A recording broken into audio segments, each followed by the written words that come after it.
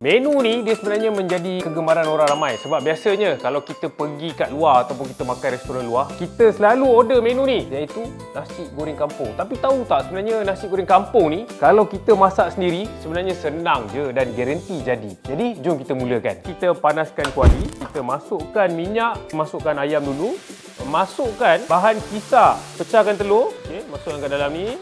Nasi, kita gaulkan semua bahan-bahan kita ni. Sekarang kita boleh masukkan kangkung, ikan bilis yang dah digoreng. Dari segi rupa memang dah menarik dah ni. Tapi dia punya rasa ni belum cukup sampai. Sebab apa? Kita tak masukkan kita punya hero iaitu Maggi cukup rasa. Yang diperbuat dengan bawang segar dan juga rempah ratus. Jadi yang ini, bila kita gunakan Maggi cukup rasa, saya tak perlu tambahkan garam dekat dalam nasi goreng kampung saya.